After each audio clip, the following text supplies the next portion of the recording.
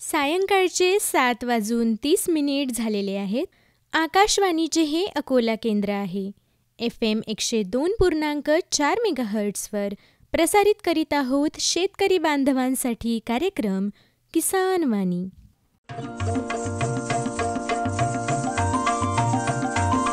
किसान वाणी, किसान वाणी, किसान वाणी, किसान वाणी. हिरव्या स्वप्नांची साध्यवाणी, प्रगत योगाची वेधवाणी, कृषी तंत्राची ही मंत्रवाणी. किसान वाणी, किसान वाणी, किसान वाणी, किसान वाणी. भारत सरकारच्या कृषी आणि शेतकरी कल्याण मंत्रालयाच्या वतीने प्रायोजित किसान वाणी कार्यक्रमात सादरकर्ते सूरज गोळे यांच्यासह मी आरती देशमुख आपल्या सर्वांचं मनपूर्वक स्वागत करते. शेतकरी बंधूंनो, कार्यक्रमात आपण आज जाणून घेणार आहोत बाजारभाव. सोबतच आज आपण कार्यक्रमामध्ये ऐकणार आहोत प्रश्न तुमचे उत्तर आमचे, हा कृषीविषयक फोन इन कार्यक्रम ज्याचा विषय होता शेती खर्चाच्या नोंदी आणि नियोजन, आणि आमंत्रित तज्ज्ञ होते प्रशांत विनोद गावंडे, कनिष्ठ संशोधन सहाय्यक, डॉक्टर पंजाबराव देशमुख कृषी विद्यापीठ अकोला. तर शेतकरी बंधूंनो, ऐकत रहा आपला आवडता कार्यक्रम किसान वाणी. किसान वाणी, किसान वाणी, किसान वाणी, किसान वाणी. अरे अरे अरे अरे, क्या कर रहा है? इधर इधर इधर, हम बोल रहे हैं तेरे बीजू का. उतला बोल रहा है? हाँ, पक्षियों से तो हम खेत को बचा लेते हैं, पर इन घातक रसायनों से कैसे बचाएं? मतलब? देख बेटा, तू जो ये अंधाधुंध रसायन मिलाता है ना, मिट्टी की सेहत बिगड़ने लगी है. और जब माटी ही कमजोर पड़ जाएगी तो उपज कैसे सेहतमंद होगी? हाँ? अरे पहले ऐसा नहीं था.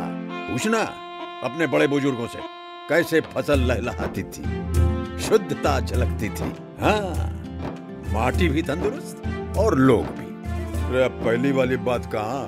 पर अब तो सब यही डाले हैं. सब नहीं, आज भी लाखों जागरूक किसान परंपरागत विधि से फसल उगा रहे हैं. खर्चा कम और उपज की कीमत भी बेहतर पा रहे हैं. सच है? रे बेटे, एक्सपीरियंस से बता रहे हैं. धूप में बाल सफेद नहीं किए हैं. हाँ. ठीक है भाई, मैं भी आज से जैविक खेती शुरू करूंगा. माटी से प्रेम की परंपरा है परंपरागत खेती.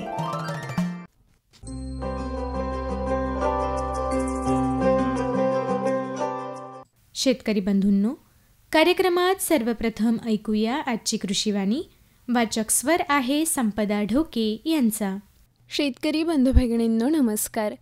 कृषीवाणीमध्ये आज ऐकूया उन्हाळ्यात संत्रा बागांची घ्यावयाची काळजी याविषयीची माहिती, जी आपल्याला प्राप्त झालेली आहे डॉक्टर पंजाबराव देशमुख कृषी विद्यापीठ अकोला यांच्याकडून. शेतकरी बंधू भगिनींनो, संत्रा फळपिकांची लागवड केल्यानंतर बागेचे प्रत्यक्ष उत्पादन मिळेपर्यंत संत्रा झाडांची काळजी घेणे गरजेचे आहे. उन्हाळी हंगामात तर फळबागांचे विशेष असे नियोजन करावे लागते. जर चांगल्या प्रकारे नियोजन केले नाही तर झाडे निस्तेज होऊन वाळतात किंवा मर दिसून येते. उन्हाची दाहकता कमी करण्यासाठी काही उपाययोजना करणे गरजेचे आहे. जसे उन्हाळ्यात पाण्याची तीव्र टंचाई असल्यास बहार घेण्याचे टाळावे. पाण्याची कमतरता असणाऱ्या फळबागांमध्ये तसेच पाण्याच्या बचतीसाठी उन्हाळी हंगामात सेंद्रिय पदार्थ जसे की गवत, पालापाचोळा, कुटार, गव्हांडा, तणस यांचा 10 सेंटीमीटर थर देऊन आच्छादन करावे किंवा काळ्या रंगाच्या पॉलिथिन पेपरचे 100 मायक्रॉन अशा पॉलिथिन पेपरचे आच्छादन केल्यास झाडाजवळ ओलावा टिकून राहण्यास मदत होते. आच्छादनामुळे सूर्यप्रकाश न मिळाल्यामुळे तणांची वाढ होत नाही. तसेच जमिनीचे तापमान नियंत्रित राहते. जमिनीत उपयुक्त जीवाणूंची वाढ होण्यास मदत होते. सेंद्रिय पदार्थांचे आच्छादन असेल तर कालांतराने कुजून त्यापासून उत्कृष्ट सेंद्रिय खत मिळते. आच्छादनाचा वापर करताना सोबतच प्रति झाड 2 ते 3 किलो गांडूळ खत द्यावे. सेंद्रिय खतांचा वापर जास्तीत जास्त केल्यास जमिनीतील पाणी धरून ठेवण्याच्या क्षमतेत देखील वाढ होते. उष्णतेमुळे झाडातील पाणी पर्णोत्सर्जनाने अधिक प्रमाणात हवेत उडून जाते. यामुळे झाडे निस्तेज आणि मलूल पडतात. अशा वेळेस बाष्परोधकाचा वापर करून पर्णोत्सर्जनाचे प्रमाण कमी करता येते. उन्हाळ्यात फळबागेवर 2% तीव्रतेची केओलिनची फवारणी करावी. केओलिनची फवारणी हलके ओलीत केल्यानंतर करावी. पाणी उपलब्ध असल्यास आंबिया बहाराची फळे टिकून ठेवण्यासाठी ओलीत सुरू ठेवणे गरजेचे आहे, जेणेकरून फळे झाडावर टिकतील. ठिबक सिंचनाची सोय असल्यास संत्रा आणि मोसंबीचे 1 ते 4, 5 ते 7 आणि 8 वर्षावरील झाडांना अनुक्रमे 14 ते 63, 87 ते 143 आणि 163 ते 204 लिटर पाणी प्रतिदिवस प्रति झाड द्यावे. तर शेतकरी बंधू भगिनींनो, आताच आपण कृषीवाणीमध्ये ऐकलीत उन्हाळ्यात संत्रा बागांची घ्यावयाची काळजी याविषयीची माहिती, जी आपल्याला प्राप्त झाली होती डॉक्टर पंजाबराव देशमुख कृषी विद्यापीठ अकोला यांच्याकडून. शेतकरी बंधूंनो, आत्ताच आपण ऐकली आजची कृषीवाणी. वाचक स्वर होता संपदा ढोके यांचा.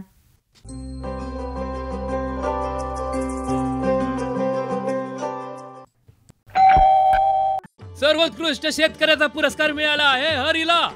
हरी आता आपल्या सर्वांना सांगतील आपल्या यशाचं रहस्य.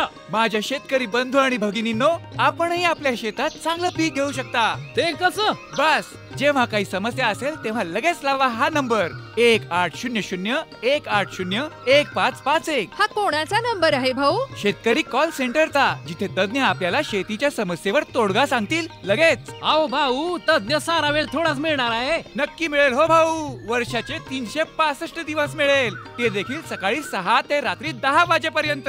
पण भाऊ, जास्त वेळ बोलू तर पैसे खूप लागतील. अजिबात पैसे नाहीत. मोबाईलनं किंवा दुसऱ्या फोननं शेतकरी कॉल सेंटरला मोफत कॉल करा. सल्ल्याचेही पैसे नाहीत. 16 आणि खरं. शेतकरी बंधूंनो, शेतीच्या समस्यांवर आपल्या भाषेत लगेच उपाय मिळवण्यासाठी भारतात कोणत्याही फोननं राष्ट्रीय हेल्पलाईन नंबर 1800-180-1551 वर मोफत संपर्क साधा. शेतकऱ्यांचा मित्र शेतकरी कॉल सेंटर.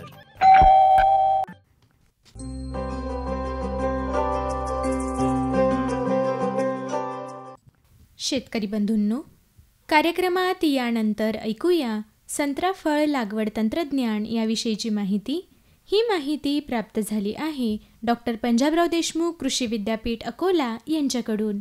लिंबूवर्गीय फळपिकात समावेश असलेले संत्रा फळपीक हे विदर्भातील महत्त्वाचे फळपीक आहे.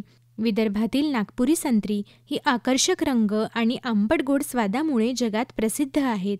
कोणत्याही फळबागेचे नियोजन करताना त्या फळपिकास सुसंगत जमीन, हवामान, जातिवंत कलम आणि संगोपन या बाबी महत्त्वाच्या ठरतात.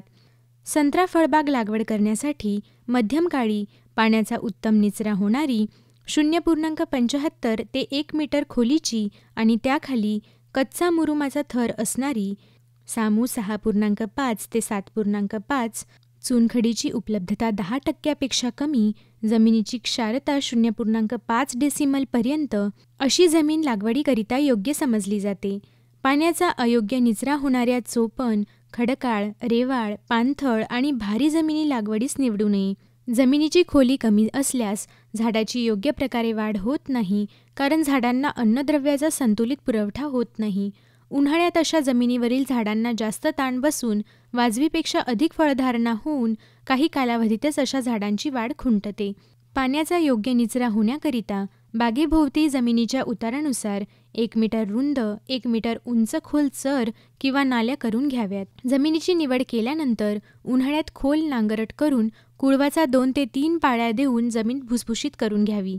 झाडांचा जोमदार वाढीवर विपरीत परिणाम करणाऱ्या बारमाही तणांच्या मुळ्या, उदाहरणार्थ हरळी, नागरमोथा, कास, कुंदा इत्यादी मुळासहित काढून जाळून टाकाव्यात. बागेच्या दक्षिण-पश्चिम बाजूला जैविक कुंपण करावे. उदाहरणार्थ सागरगोटी, चिल्लार, करवंद, बोगनवेल इत्यादी. त्यामुळे हिवाळ्यातील थंडीची लाट आणि उन्हाळ्यातील उष्ण वारे यापासून पिकांचे संरक्षण होईल. सर्वसाधारणपणे 2 झाडातील अंतर 20x20 फूट ठेवावे. कलमांची लागवड ही चौरस पद्धतीने करावी. जमिनीची आखणी करून लावणीच्या ठिकाणी खड्डे करून त्या ठिकाणी 1 भाग चांगले कुजलेले शेणखत, 2 भाग माती, 2 किलो सिंगल सुपर फॉस्फेट, 100 ग्राम फॉलिडॉल पावडरचे मिश्रण करून खड्डे मे-जून महिन्यात भरावेत. तसेच जमिनीच्या वर 15 सेंटीमीटर उंच भरावे. योग्य आकाराचे खड्डे आणि ते प्रमाणशीर मिश्रणाने भरून लागवड केल्यावर मुळांची वाढ खड्ड्याच्या खोलीपर्यंत झपाट्याने होऊन झाडांची अन्नरस घेण्याची क्षमता वाढते. कलम निवडताना जंबेरी, अलिमो आणि रंगपूर लिंबू यासारख्या जोमदार वाढणाऱ्या आणि रोगास सहनशील असणाऱ्या निवडाव्या. कलम ही 25 ते 30 सेंटीमीटर उंचीवर कलमीकरण केलेली असावी. कलमे खरेदी करताना कृषी विद्यापीठाची रोपवाटिका, शासकीय रोपवाटिका किंवा परवानाधारक शासनमान्य रोपवाटिकेतूनच खरेदी करावी. उत्तम वाढ आणि भरपूर उत्पादन घेण्यासाठी ओलीत व्यवस्थापन महत्त्वाचे आहे. त्याकरिता शाश्वत पाण्याची उपलब्धता असणे आवश्यक आहे. उन्हाळ्यात कलमांना ओलीत करण्यासाठी पाणी मुबलक हवे. किमान 4 वर्षापर्यंत उन्हाळ्यात कलमांची विशेष काळजी घ्यावी.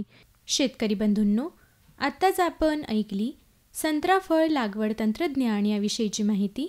ही माहिती प्राप्त झाली होती डॉक्टर पंजाबराव देशमुख कृषी विद्यापीठ अकोला यांच्याकडून.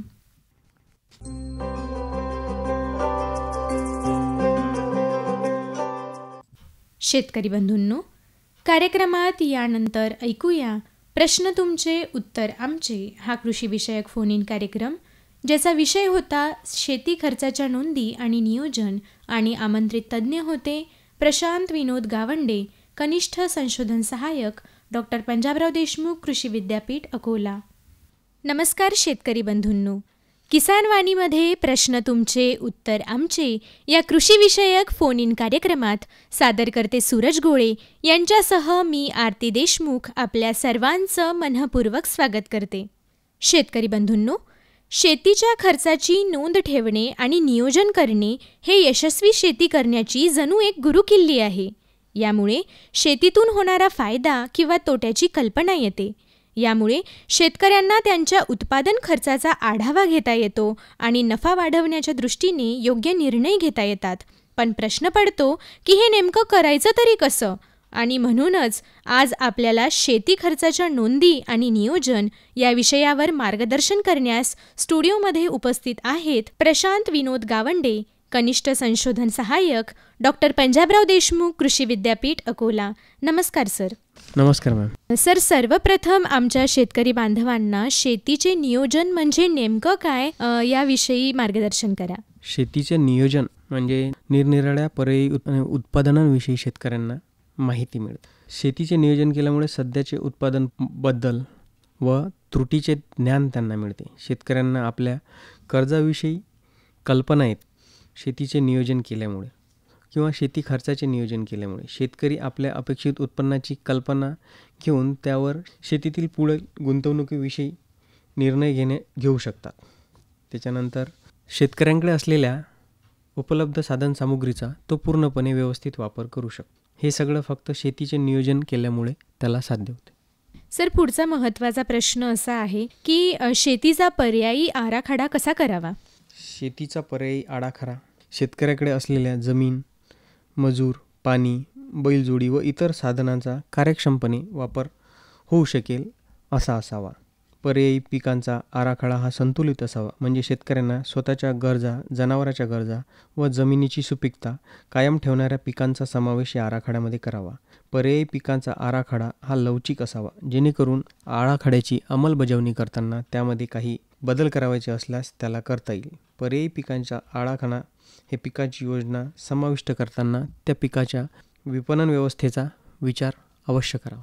सर, यानंतर आमच्या शेतकरी बांधवांनी त्यांच्या स्वतःच्या कुटुंबाची आणि जमिनीची माहिती कशी घ्यावी याबद्दल थोडी माहिती सांगा. शेतकऱ्याने त्याच्याकडे असलेल्या स्वतःच्या कुटुंबातील व्यक्तींची माहिती म्हणजे तो स्वतः शेतकरी, पत्नी, मुलगा, मुलगी आणि त्याचे आईवडील या सगळ्यांची माहिती एका तक्त्यामध्ये लिहावी, जेणेकरून जे शेतामध्ये काम करणारे व्यक्ती किती आणि जे शिक्षणाला बाहेर आहेत ते किती, यावरनं त्याला आपल्याकडे असलेले किती जण काम करू शकतो हे लक्षात येईल. आणि जमिनीच्या विषयी शेतकऱ्याकडे असणाऱ्या जमिनीचा प्रकार मध्यम, हलकी, भारी, त्याच्यानंतर या जमिनीमध्ये कोणकोणते पिकं तो घेऊ शकतो याबद्दल पण त्याने विचार करा. आजचा आपला पहिला कॉल आलेला आहे, तर आपण तो उचलूया. हॅलो. नमस्कार मॅडम. नमस्कार. आकाशवाणी अकोलामध्ये फोन इन कार्यक्रमासाठी आपला फोन लागलेला आहे. आपलं नाव आणि गाव सांगा. हनुमंतराव भुगे बोलतो, मेन रोड पिंजराजा, मालेगाव, जिल्हा वाशिम. नमस्कार गुणवंतराव भाऊ. आज आपल्या फोन इन कार्यक्रमाचा विषय आहे शेती खर्चाच्या नोंदी आणि नियोजन. आणि तुमच्या प्रश्नाचे उत्तर देण्यासाठी आमंत्रित तज्ज्ञ आहेत प्रशांत गावंडे सर. तर तुम्हाला याविषयी काही प्रश्न असेल तर तुम्ही त्यांना आत्ता विचारू शकता. आता विषय आपला ते शेतीच्या जमिनीचा होता म्हणलं काय आहे ते शेती खर्चाच्या नोंदी आणि नियोजन. हो म्हटलं तेच बा. आता आमच्या भागात तर काय आम्ही तर हिशोब घेऊन ठेवतो पण सोयाबीन तर काही खरंच नाही शेतीचा हिशोब. तर तुम्हाला महत्त्व जाणून घ्यायचं आहे नेमकं काय आहे ते. शेती खर्चाचं नियोजन केल्यामुळे तुम्हाला एखादं पीक लावल्यानंतर त्या पिकामध्ये तुम्हाला नफा होत आहे की तोटा होत आहे, ते पीक तुम्हाला आर्थिकदृष्ट्या परवडते की नाही याबद्दल तुम्ही निर्णय घेऊ शकता. वेगवेगळ्या पिकांचा अभ्यास केल्यावरती म्हणजे वेगवेगळ्या पिकांचं शेतीचं नियोजन किंवा खर्चाचं नियोजन केल्यामुळे तुम्हाला त्या पिकाबद्दल भविष्यात ते पीक घ्यायचं की नाही किंवा वेगळं कोणतं पीक घेतल्यामुळे आपल्याला ते आर्थिकदृष्ट्या परवडते असं आपण डिसिजन म्हणजे एक निर्णय घेण्यासाठी ह्या नियोजनाचा तुम्हाला फायदा होऊ शकतो. हो धन्यवाद सर माहिती दिल्याबद्दल. आशा करते आपल्याला आपल्या प्रश्नाचं उत्तर मिळालं असेल. हो. आकाशवाणी अकोलामध्ये कॉल करण्यासाठी धन्यवाद. सर यानंतर शेतकऱ्यांकडे असलेल्या साहित्य आणि जनावरांची नोंद त्यांनी कशी घ्यावी याबद्दल आमच्या शेतकरी बांधवांना मार्गदर्शन करा. शेतकऱ्यांकडे असलेले साहित्य याच्यामध्ये मुख्यत्वे येते शेतकऱ्याकडे विहीर, त्याच्यानंतर मोटर पंप, ड्रीप संच, ठिबक संच, स्प्रे पंप, त्याच्यानंतर जनावराच्या प्रकारामध्ये दुधाळ जनावरे, कामाची जनावरे, भाकड जनावरे याची एक नोंदवही तयार करून शेतकऱ्याने त्या विविध नोंदी घ्याव्या. जसे जनावरे, भाकड जनावरे किती आहेत, दुधाळ जनावरे किती आहेत, त्याच्यापासून त्याला किती उत्पन्न मिळत आहे, त्याच्यानंतर जो शेतीसाठी लागलेलं जे साहित्य आहे त्याच्यानंतर ती कधी घेण्यात आलेलं आहे, त्याला किती वर्ष झालेले आहे, याच्या सविस्तर नोंदी त्याच्याकडे असाव्या. बरोबर. यानंतर पुढचा महत्त्वाचा प्रश्न असा आहे की शेतकऱ्यांनी शेतावर केलेल्या दररोजच्या कामाची नोंदी नेमकी कशी करावी. शेतकऱ्याने शेतावर केलेल्या दररोज कामाची नोंद घेण्यासाठी एक नोंदवही तयार करावी. त्याच्यामध्ये त्याने 2 मुख्यतः भाग करावे, एक घरचे आणि एक भाड्याचे म्हणजे बाहेरचे. ज्याला घरच्यामध्ये म्हणता येईल स्त्री, पुरुष, त्याचा मुलगा, पत्नी किंवा जे कोणी असतील घरचे राबणारे यांनी केलेले कामं आणि त्यानेच परत भाड्याने म्हणजे ज्याला आपण हायर्ड लेबर म्हणतो तर बाहेरून लागलेले मजूर त्यांचे किती मजूर लागले, त्यांना किती मजुरी देण्यात आली, स्त्री, पुरुष, बाहेरून घेतलेली यंत्र याची एक नोंदवही करावी. त्याच्यामुळे त्याला उत्पादन खर्चाची नोंद ठेवायला त्याला सोपी जाईल. बरोबर. आणि मग शेतकऱ्यांनी शेतावरील उत्पन्नाची नोंद कशी घ्यावी. शेतकऱ्यांनी शेतावरील उत्पन्नाची नोंद घेताना प्रामुख्याने पीक, त्याच्याखाली असलेले क्षेत्र, त्या पिकाची जात, त्याच्यानंतर त्याची पेरणीची वेळ आणि त्याची कापणीची वेळ आणि त्या पर्टिक्युलर क्षेत्रामध्ये म्हणजे त्या प्लॉटवरती किती उत्पन्न मिळाले असे त्याला पिकावाईज किंवा प्लॉटवाईज जर त्याने नियोजन केलं तर त्यांना आणखीन सुटसुटीत कळेल की या प्लॉटवरून आपल्याला किती खर्च झाला आणि किती उत्पन्न मिळालं. सरांनी आत्ताच शेतकरी बांधवांना त्यांनी केलेल्या रोजच्या कामाची नोंद कशी करावी, उत्पन्नाची नोंद कशी करावी याबद्दल सखोल माहिती दिली. सर यानंतर आमच्या शेतकऱ्यांनी त्यांच्या शेतावरील जनावरे आणि यंत्रांची नोंद कशी घ्यावी याबद्दल माहिती सांगा. शेतकऱ्याकडे असलेले कामाचे जनावरे मुख्यत्वे याच्यामध्ये बैलजोडी येते. तो शेतकरी त्याच्याकडे असलेल्या बैलजोडीचा वापर त्याच्याकडे असलेल्या विविध पिकांसाठी कशासाठी करण्यात आला, डवरणीसाठी, पाणी नेण्यासाठी शेतामध्ये किंवा अजून वखरणी वगैरे करण्यासाठी. काही शेतकरी नांगरणी पण करतात पण आता आजच्या काळामध्ये ते यंत्राद्वारे केले जाते. बरोबर. तसेच शेतकऱ्यांकडे असलेल्या यंत्रांच्या नोंदीमध्ये त्याच्याकडे असलेला ट्रॅक्टर, त्याच्याकडे असलेले स्प्रे पंप, पॉवर स्प्रे किंवा डस्टर ह्या वेगवेगळ्या यंत्रांचा त्याने त्याच्या प्लॉटवरती कुठे कुठे वापर केला आणि कोण्या दिवशी किंवा प्रत्येक किती तासांसाठी तो वापर केला किंवा किती दिवसांसाठी वापर केला याच्या नोंदी घ्याव्या. म्हणजेच त्याच्याकडे असलेल्या यंत्रांचा वापर किती दिवस झाला हा त्याच्या लक्षात येईल. सर यानंतर पुढचा महत्त्वाचा प्रश्न असा आहे की शेतीसाठी लागलेल्या निविष्ठांची नोंद आमच्या शेतकरी बांधवांनी कशी घ्यावी. शेतीसाठी लागणाऱ्या निविष्ठा याच्यामध्ये प्रामुख्याने येते रासायनिक खते, बी बियाणे, कीटकनाशके, तणनाशके. याच्यासाठी त्याला प्रत्येक म्हणजे प्लॉट वाईज ज्याला म्हणता येईल की पिकाचं नाव, पिकाचे क्षेत्र, त्याच्यानंतर त्याचं लागवडीचे दिनांक आणि त्याच्यासाठी लागणाऱ्या ह्या निविष्ठा.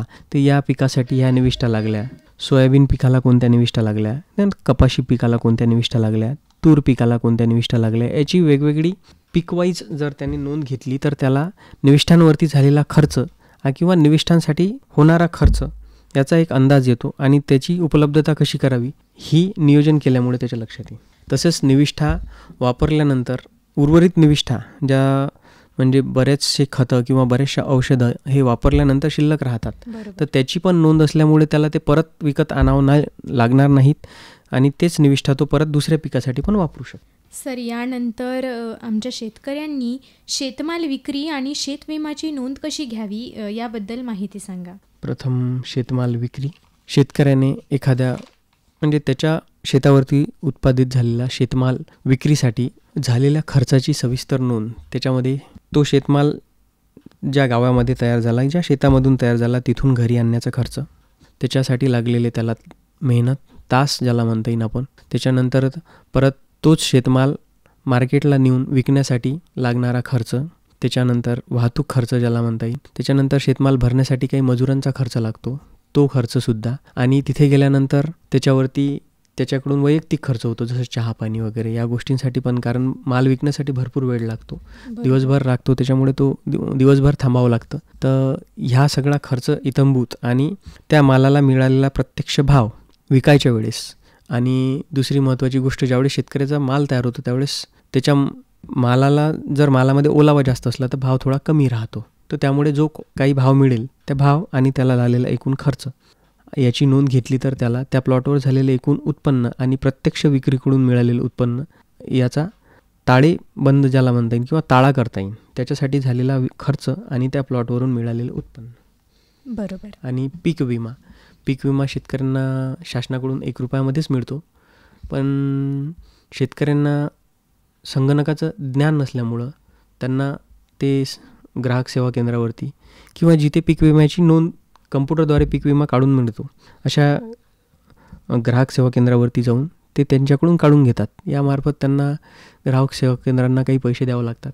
काही सगळ्या शेतकऱ्यांना संगणकाचं ज्ञान नसल्यामुळे ते तिथे जाऊन त्याचा विमा काढून घेतात. त्यामुळे प्रत्यक्ष खर्च जरी 1 रुपया असला तरी त्यांना 7-12 त्याच्यानंतर काही त्या ग्राहक सेवा केंद्राची फी असा काही खर्च येतो, तो पण त्याने लिहून ठेवला आणि ती पावती जर सांभाळून ठेवली तर भविष्यात जर त्याला त्या पिकाच्या पीक नुकसान झाल्याबद्दल शासनाकडून काही अनुदान मिळते तर त्यावेळेस त्याने जर तो विमा सादर केला तर त्याला ते अनुदान निश्चित मिळते.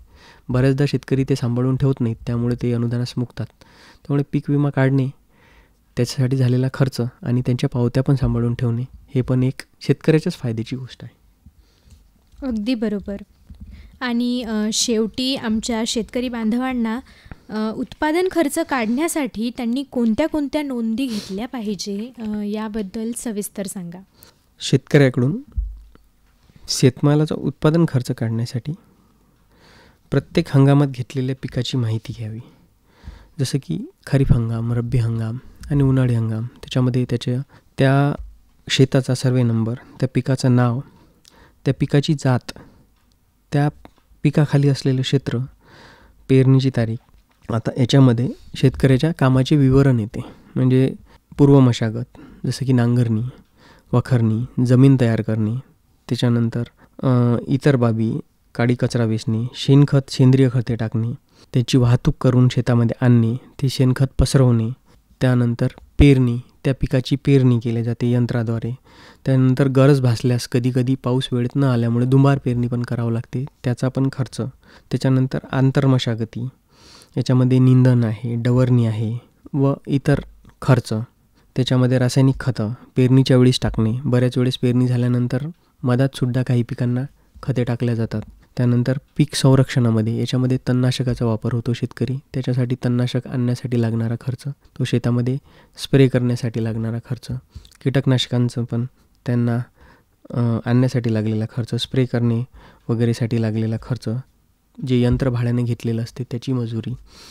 त्याच्यानंतर जर ती पिकं ओलीत असल्यास म्हणजे एरिगेशन असल्यास त्यांना ओलिताच्या ज्या पाळ्या द्यावं लागतात, पहिली पाळी, दुसरी पाळी, याच्यामध्ये झालेला खर्च. त्यानंतर पिकाची राखणी करण्यासाठी पिकाची राखणी करण्यासाठी राखणदार ठेवला जातो, त्याचा खर्च, आणि त्या पिकाची वेचणी वगैरे किंवा ज्याला आपण काढणी म्हणू, सोयाबीन असलं तर काढणी, कपाशी असलं तर वेचणी केली जाते, मळणी केली जाते. या मळणीसाठी लागणारा खर्च, वेचणीसाठी लागणारा खर्च इत्यादी एकूण वरील सांगितलेल्या बाबींचा समावेश करून त्या पिकासाठी लागलेला एकूण खर्च हा काढला जातो. त्याच्यानंतर पिकाच्या उत्पन्नाच्या नोंदी, याच्यामध्ये त्या पर्टिक्युलर प्लॉटवरती, त्या क्षेत्रावरती असलेला सर्वे नंबर, त्या पिकाचं नाव, त्या पिकाची जात आणि त्या पिकापासून मिळालेलं मुख्य उत्पादन आणि दुय्यम उत्पादन म्हणजे जसं आपण सोयाबीन आहे तर सोयाबीन आणि त्याचं कुटार, कपाशी आहे तर कपाशीची, त्याचं दुय्यम उत्पादन येणार नाही. अशा सगळ्या गोष्टींचा समावेश केल्यास खर्च आणि त्यामधून मिळालेलं उत्पन्न याचा ताळा ह्या शेतकऱ्याला करता येऊ शकतो. त्यामुळे त्याला कोणते पिकं घ्यायचे पुढे भविष्यामध्ये आणि कोणते नाही घ्यायचे याबद्दल त्याला निर्णय घेता येतो. अगदी बरोबर. याच शेवटच्या प्रश्नासह मी आपले आभार मानते सर, की तुम्ही या महत्त्वाच्या विषयावर आमच्या शेतकरी बांधवांना मार्गदर्शन केले. यापुढे आमचे शेतकरी बंधू त्यांच्या शेती खर्चाच्या नोंदी आणि त्यानुसार नियोजन करतील अशी आशा करत मी आरती देशमुख आपल्याला ऐकणाऱ्या शेतकऱ्यांकडून आणि आकाशवाणी अकोलातर्फे मनःपूर्वक आभार मानते. धन्यवाद. शेतकरी बंधूंनो, आत्ताच आपण ऐकला प्रश्न तुमचे उत्तर आमचे हा कृषीविषयक फोन इन कार्यक्रम, ज्याचा विषय होता शेती खर्चाच्या नोंदी आणि नियोजन, आणि आमंत्रित तज्ज्ञ होते प्रशांत विनोद गावंडे, कनिष्ठ संशोधन सहाय्यक, डॉक्टर पंजाबराव देशमुख कृषी विद्यापीठ अकोला.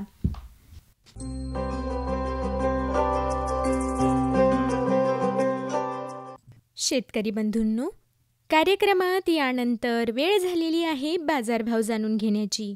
तेव्हा कृषी उत्पन्न बाजार समिती अकोला यांच्याकडून प्राप्त जाणून घेऊया आजचे बाजारभाव.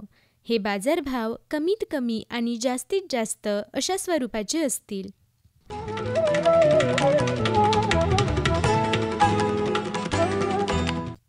ज्वारी लोकल 1860 ते 2310 रुपये, आवक अंदाजे 111 क्विंटल.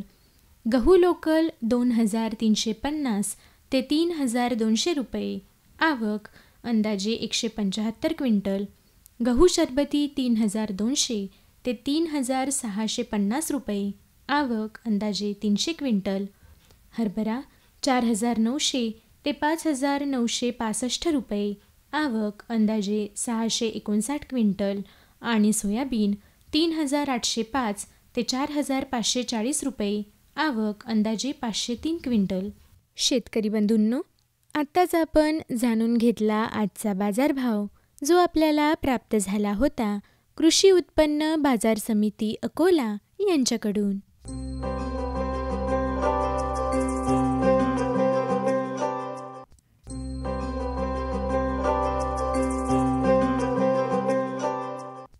शेतकरी बंधूंनो, याच सोबत आपला आवडता कार्यक्रम किसान वाणी याला निरोप देण्याची वेळ आलेली आहे.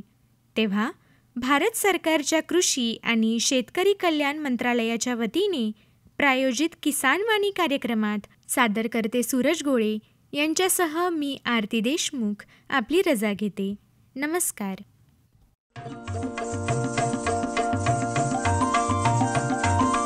किसान वाणी, किसान वाणी, किसान वाणी, किसान वाणी. हिरव्या स्वप्नांची साध्यवाणी, प्रगत योगाची वेधवाणी, कृषी तंत्राची ही मंत्रवाणी. किसान वाणी, किसान वाणी, किसान वाणी, किसान वाणी.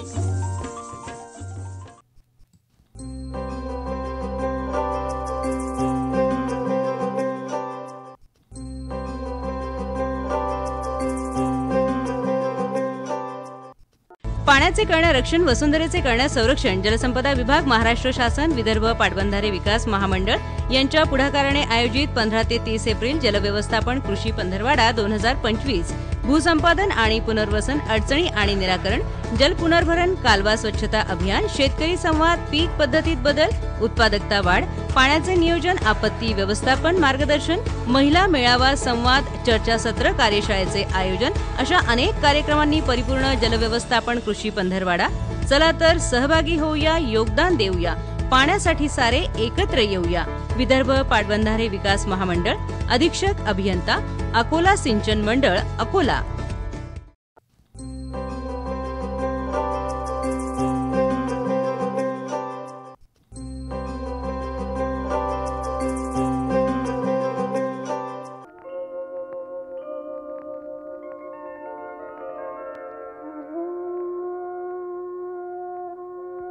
आपला इतिहास उज्ज्वल आहे. आपल्या देशात वैदिक काळापासून गार्गी, मैत्रेयी, अरुंधती यांच्यासारख्या विदुषी होऊन गेल्यात. आपल्याच देशात राणी लक्ष्मीबाई, चांदबिबी यांच्यासारख्या वीरांगणा झाल्या. आपल्या देशातच जिजाऊ मासाहेबासारख्या कर्तृत्व संपन्न माता झाल्या.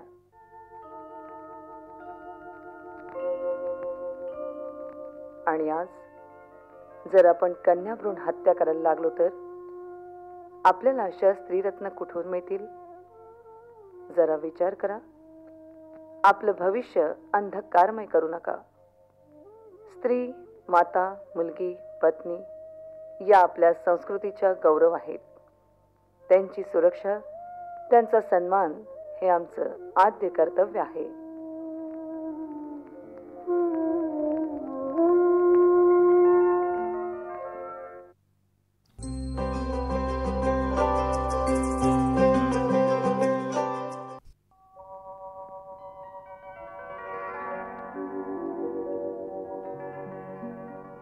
उस मुल्क की सरहद को कोई छू नहीं सकता,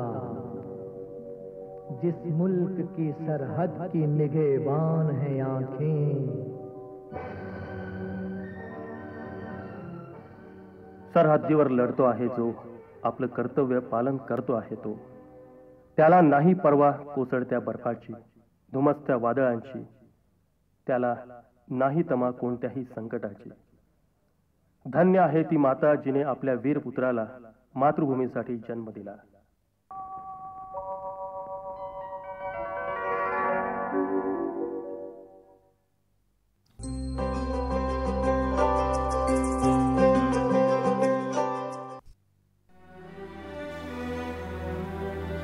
कधी आसपास कोणीच नसतं तेव्हा ती असते.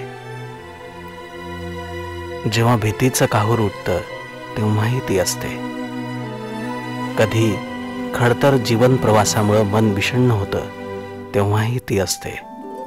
आपल्या आसपास अगदी हातभर अंतरावर ती असते. तिचे सूर असतात आणि मग उरतो फक्त आनंद. आकाशवाणी अकोला केंद्र, लोकहितवर्धिनी, लोकहितकारिणी. आकाशवाणी.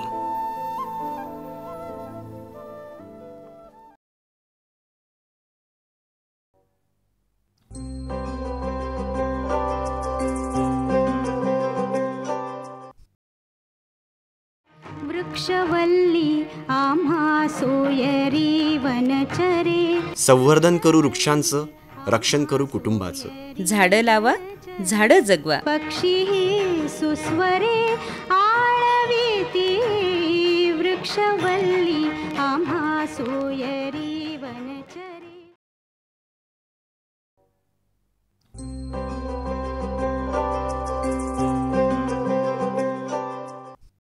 पाण्याचे कळणे रक्षण, वसुंधरेचे कळणे संरक्षण, जलसंपदा विभाग, महाराष्ट्र शासन, विदर्भ पाटबंधारे विकास महामंडळ यांच्या पुढाकाराने आयोजित 15 ते 30 एप्रिल जलव्यवस्थापन कृषी पंधरवाडा 2025. भूसंपादन आणि पुनर्वसन, अडचणी आणि निराकरण, जल पुनर्भरण, कालवा स्वच्छता अभियान, शेतकरी संवाद, पीक पद्धतीत बदल, उत्पादकता वाढ, पाण्याचे नियोजन, आपत्ती व्यवस्थापन, मार्गदर्शन, महिला मेळावा, संवाद, चर्चासत्र, कार्यशाळेचे आयोजन अशा अनेक कार्यक्रमांनी परिपूर्ण जलव्यवस्थापन कृषी पंधरवाडा. चला तर सहभागी होऊया, योगदान देऊया. पाण्यासाठी सारे एकत्र येऊया. विदर्भ पाटबंधारे विकास महामंडळ, अधीक्षक अभियंता, अकोला सिंचन मंडळ, अकोला.